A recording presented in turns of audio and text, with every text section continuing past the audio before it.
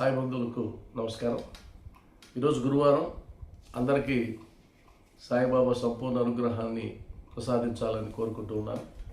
ఈరోజు మీతో 32వ అధ్యాయంలో ఒక విషయం గురించి ప్రస్తావించాలనుకుంటున్నాను. అదేంటంటే బాబావారు తన గురువుని ఏ విధంగా ఆరాధించారు, తన గురువు పట్ల ఎలా నడుచుకున్నారు, ఆయన తన గురువు నుంచి ఏం పొందారు, వాస్తవానికి ఒక గురువుని ఆశ్రయించిన వారు ఏ విధంగా నడుచుకోవాలి, ఈ విషయాలన్నీ కూడా 32వ అధ్యాయంలో అన్వేషణం అనేటువంటి ఒక కథలో మనకు తెలియజేశారు. ఈరోజు ఆ కథలోని ఒక అంశాన్ని మాత్రమే మనం మాట్లాడుకున్నట్లయితే, తల్లి పక్షి పిల్ల పక్షులను జాగ్రత్తగా చూచున్నట్లు నన్ను వారు కాపాడిరి. బాబావారు ఎవరినైతే ఆశ్రయించారో వారు బాబావారిని కంటికి రెప్పలాగా కాపాడారు. అంటే తల్లి పక్షి పిల్ల పక్షిని ఏ విధంగా అయితే కాపాడుతుందో ఆ విధంగా కాపాడారని చెప్తా. అంటే అలాంటి గురువు దొరకడం బాబావారి అదృష్టం. బాబావారి లాంటి గురువు దొరకడం మనం చేసుకున్నటువంటి అదృష్టం. ఏ భక్తులైతే బాబావారిని ఆశ్రయించారో వారు కంటికి రెప్పలాగా ఆయన కాపాడుతున్నారు కదా. బాబావారు కంటికి రెప్పలాగా కాపాడబట్టే కదా ఇన్ని లక్షల మంది కోట్ల మంది బాబావారిని ఆశ్రయిస్తూ ఉన్నారు. కాబట్టి నన్ను తమ బడిలో చేర్చుకునిరి. ఇక్కడ 2 బడుల గురించి చెప్పడం జరిగింది. ఆ బడుల్లో ఒక బడి బాబావారి గురువు యొక్క బడి. ఆ బడిలో చేర్చుకున్న తర్వాత ఆ బడి గురించి వర్ణిస్తూ ఏమన్నారంటే, ఇది చాలా అందమైన బడి, నేను అక్కడ నా తల్లిదండ్రులను మరచితిని. అంటే తల్లిదండ్రుల ప్రేమను గురువుగారు చూపించినప్పుడు ఆ తల్లిదండ్రులను కూడా మర్చిపోయేటట్లు చేస్తారన్నమాట. కాబట్టి బాబావారి యొక్క గురువు గారు తన తల్లిదండ్రులు గుర్తుకు రానంత ప్రేమని అందించారు తన శిష్యుడి పట్ల, బాబాగారి పట్ల. కాబట్టి నేను అక్కడ తల్లిదండ్రులను మరచితిని, నా అభిమానం అంతయు తొలగను. నా ఇగో ఏదైతే ఉంటుందో, నేను అనేటువంటి ఒక అహంభావము, అహంకారము, స్వాభిమానం ఏదైతే ఉంటుందో అదంతా తొలగిపోయింది. ఆ బడిలో చేరగానే తొలగిపోయింది. మనం గనక సమర్థమైనటువంటి గురువును ఆశ్రయించినట్లయితే, ఆ ఆశ్రయించిన తర్వాత మనలో వచ్చేటువంటి మార్పులు ఎలా ఉంటాయన్నది బాబావారు చెప్తున్నటువంటి ఒక సందేశం. నా గురువును ఆశ్రయించినప్పుడు నాకెలా ఉన్నది అంటే అర్థం ఏంటి? ఆ అనుభూతిని మనం కూడా పొందాలి. ఆ అనుభూతిని పొందుతున్నామా లేదా చెక్ చేసుకోవాలి. అలా పొందడం అంటే అర్థం ఏంటంటే, మొట్టమొదట గురువును ఆశ్రయించినప్పుడు నీ ఇగో పక్కకి వెళ్ళిపోవాలి. నీ ఇగో శూన్యమైపోవాలి, పూర్తిగా పోవాలి. ఎప్పుడైతే నీ ఇగో పూర్తిగా పోతుందో అప్పుడు మాత్రమే నువ్వు గురువుకి శరణాగతి అవుతావు. లేదు, నీ ఇగో అలా ఉందనుకోండి, నీ కీర్తికి సంబంధించి, నీ పదవికి సంబంధించి, నీ స్థాయికి సంబంధించి ఇవన్నీ అంటిపెట్టుకున్నట్లయితే కనుక ఇంకా గురువుకు నువ్వు సరెండర్ అయ్యే అవకాశం లేదు. గురువుకు సరెండర్ ఎప్పుడు అవుతామంటే, మనల్ని మనం తగ్గించుకుని మనం సున్నా అయిపోయినప్పుడు అప్పుడు మాత్రమే ఆయన పాదాల మీద మనం పడేటువంటి అవకాశం ఉంటుంది. కాబట్టి మొట్టమొదటి తొలగాల్సింది ఏంటి అంటే కనుక నీ అభిమానము. అంటే యుగో అంటే బాగా అర్థమవుతుంది, అభిమానం అనే దానికంటే కూడా నీ యుగో పూర్తిగా పోవాలి. నాకు సులభముగా విమోచనము కలిగను. అసలు సమర్థుడైన సద్గురువు చూపు ఒక్కసారి పడితే చాలు, ఆ విమోచనము, విముక్తి, మోక్షము ఇదంతా ఒక్కసారిగా జరిగిపోతుంది. అంటే సమర్థుడైన సద్గురువు తన స్పర్శ మాత్రం చేత, తన చూపు మాత్రం చేత తన శిష్యుని ఉద్ధరించగలడు. అలాగా షిరిడి సాయినాథుని యొక్క సమక్షంలో ఎంతోమంది ఉద్ధరించబడిన వారు ఉన్నారు.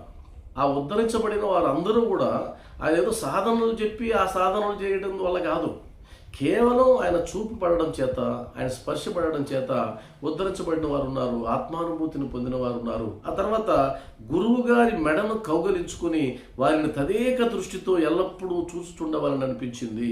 అంటే అంత ప్రేమానుబంధం తన గురువుతో ఉంది. అంటే ఎప్పుడు గురువుగారి యొక్క మెడని కౌగిలించుకొని అలానే ఉండాలని ఎప్పుడు అనిపిస్తుంది? ఈ గురువు మాత్రమే నన్ను రక్షించగలడు, ఈ గురువు సన్నిధిలో మాత్రమే నేను ఆధ్యాత్మిక ఉన్నతిని పొందగలను, ఈ గురువు మాత్రమే నాకు అన్ని రకాల నన్ను ఆదుకోగలడు అనేటువంటి ఒక భరోసా ఉన్నప్పుడు మాత్రమే కదా ఆ భావన వస్తుంది. ఆ భావనని కలిగించాడు బాబా గారి గురువు గారు.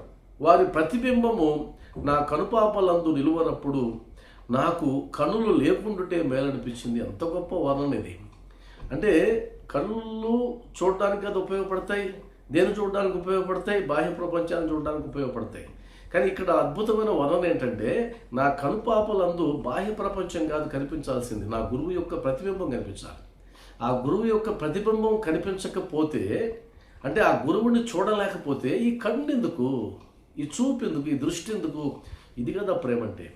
అంత అద్భుతమైనటువంటి ప్రేమని తన గురువు బాబావారికి ఇచ్చారు.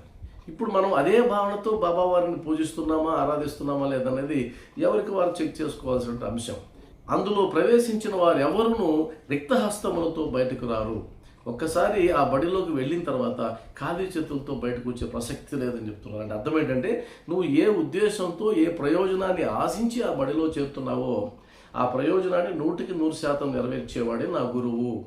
ఆ బడిలో చేరిన వారు ఎవరూ కూడా ఖాళీ చేతులతో పోరు. అంటే తమ ప్రయోజనం సిద్ధించకుండా ఉండే అవకాశం లేదు. మీరు కోరికల కోసం వస్తారా, కోరికలు తీరుతాయి. లేదా ఆపదల నుంచి కాపాడమని వస్తారా, ఆపదలు తీరుతాయి. లేదా ఆధ్యాత్మిక జ్ఞానాన్ని ప్రసాదించమని కోరుతారా, ఆధ్యాత్మిక జ్ఞానం ప్రసాదించబడుతుంది. లేదు ముక్తిని, మోక్షాన్ని కోరుతారా, అది కూడా ప్రసాదించబడుతుంది. అంతేగాని బడిలో చేరిన తర్వాత ఈ బడిలో చేరి నేను భ్రష్టు పట్టాను, పతనమయ్యాననేటువంటి భావనే లేకుండా నా గురువు ఏది ఎవరికి కావాలో అవన్నీ ఇవ్వగలిగిన సమర్థుడు అని బాబాగారు తన గురువు గురించి చెప్తున్నాడు. మీరు బాగా ఆలోచిస్తే ఇవన్నీ ఇప్పుడు బాబాగారి గురించి మనం చెప్పుకోవాల్సిన విషయాలు. బాబాని ఆశ్రయించిన తర్వాత మనం పొందలేనిది ఏముంది అనేది ఇప్పుడు మన భావనలు అయి ఉండాలి. ఆ తర్వాత నా గురువే నాకు సమస్తముగా తోచుచుండెను, నా ఇల్లు, ఆస్తి, నా తల్లిదండ్రులు అంతయు వారే, ఆయన తప్ప ఇంకొక ఆలోచన లేదు, ఇంకొక స్పృహ కూడా లేదు అని చెప్తున్నారు. నా ఇంద్రియములన్నీ తమ తమ స్థానములు విడిచి నా కండ్ల యందు కేంద్రీకృతమయ్యను, నా దృష్టి గురువునందు కేంద్రీకృతమయ్యను. చూడండి, అంటే పంచేంద్రియాలు కూడా తమ కళ్ళ యందు కేంద్రీకృతమయ్యాయట. ఆ కళ్ళలో ఎవరున్నారు? గురువు గారు ఉన్నారు. అంటే ఆయన చూపు గురువు గారి మీద ఉంది. ఈ చూపు గురువు గారి మీద తప్ప ఇంకెక్కడా లేదు.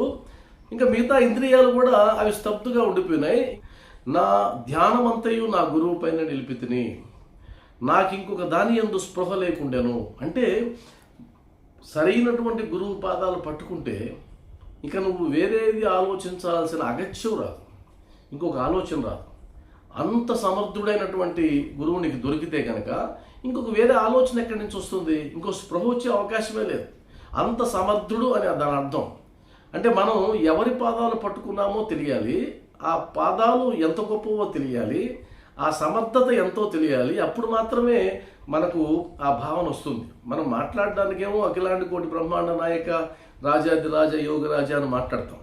కానీ వాస్తవానికి బాబా వారిని ఆ స్థాయిలో చూసినట్లయితే కనుక, అంత ఎత్తులో చూసినట్లయితే కనుక నీ భావన ఎలా ఉండాలి, నువ్వు బాబా సమక్షంలో ఎలా ఉండాలి, బాబాతో నువ్వు ఎలా ప్రవర్తించాలి. వారిని ధ్యానము చేయనప్పుడు నా మనస్సు, నా బుద్ధి స్తబ్దమగుచుండెను, నిశ్శబ్దముగా వారికి నమస్కరించుచుంటిని. అంటే మౌనం తప్ప ఇంకొకటి లేదు. సమర్థుడైన సద్గురువు దొరికితే ఆయన పాదాలు పట్టుకొని శరణాగతి అయ్యి చివరికి మనం ఏ అవస్థలోకి వెళ్తామంటే మౌనం. మౌనం తప్ప ఇంకొకటి లేదు. కాబట్టి మనం గురువుని దర్శించినప్పుడు, షిరిడి సాయిబాబా దేవాలయానికి వెళ్ళినప్పుడు మొట్టమొదటి గుర్తుంచుకోవాల్సింది ఏంటంటే కనుక మౌనంగా ఉండడం. అలా మౌనంగా ఉండగలిగితే అప్పుడు బాబా వారి యొక్క గొప్పతనాన్ని మనం ఒప్పుకున్నట్టు అర్థం. చాలామందిని గమనిస్తుంటాం, దేవాలయం లోపలికి వెళ్ళినా, ఎక్కడైనా కార్యక్రమాలకు వెళ్ళినా ఏదో ఒకటి మాట్లాడుతూనే ఉంటారు. మీకు తెలుసు కదా, బాబా సమక్షంలో ముగ్గురు ఎప్పుడూ మౌనంగా ఉండేవారని. అప్పర్డే గారు, బూటీ గారు, తాత్యాసాహెబ్ నోల్కర్ గారు. ఈ ముగ్గురి జీవితాలను పరిశీలించి చూడండి. వారేం సామాన్యులేం కాదు. వారు లౌకికంగా చూసినట్లయితే గొప్ప స్థాయిలో ఉన్నవారే. కానీ లౌకికంగా ఎంత గొప్ప వాళ్ళైనా బాబా దగ్గరకు వచ్చేసరికి వారు ఎంతో అనకువగా, వినమ్రతతో మౌనంగా ఉండేవారు. ఎందుకంటే గురువు దగ్గర మౌనం తప్ప మరొక సాధన లేదు. అలా మౌనంగా ఉండగలిగితే గొప్ప విషయం. అలా మౌనంగా ఉండడానికి కారణం ఏంటంటే మన సర్వేంద్రియాలు నిశ్శబ్దత పాటిస్తాయి. అంటే సర్వేంద్రియాలు గురువు సమక్షంలో సంతృప్తిగా ఉంటాయి కాబట్టి ఆ స్తబ్దత వస్తుంది. అలా సర్వేంద్రియాలు సంతృప్తిగా ఉండడానికి కారణం ఏంటంటే వాటన్నిటికీ నియంత్రించేటువంటి మనసుని, బుద్ధిని ఆయన పాదాల మీద పెట్టినప్పుడు ఆ స్తబ్దతను అనుభవించి ఆ స్తబ్దతలో నుంచి వచ్చేటువంటి మౌనంలో మనం ఎంతో గొప్ప అనుభూతిని పొందొచ్చు. కాబట్టి సాయిబంధులారా, ఈరోజు ఒక చిన్న విషయాన్ని మీతో ప్రస్తావించాను.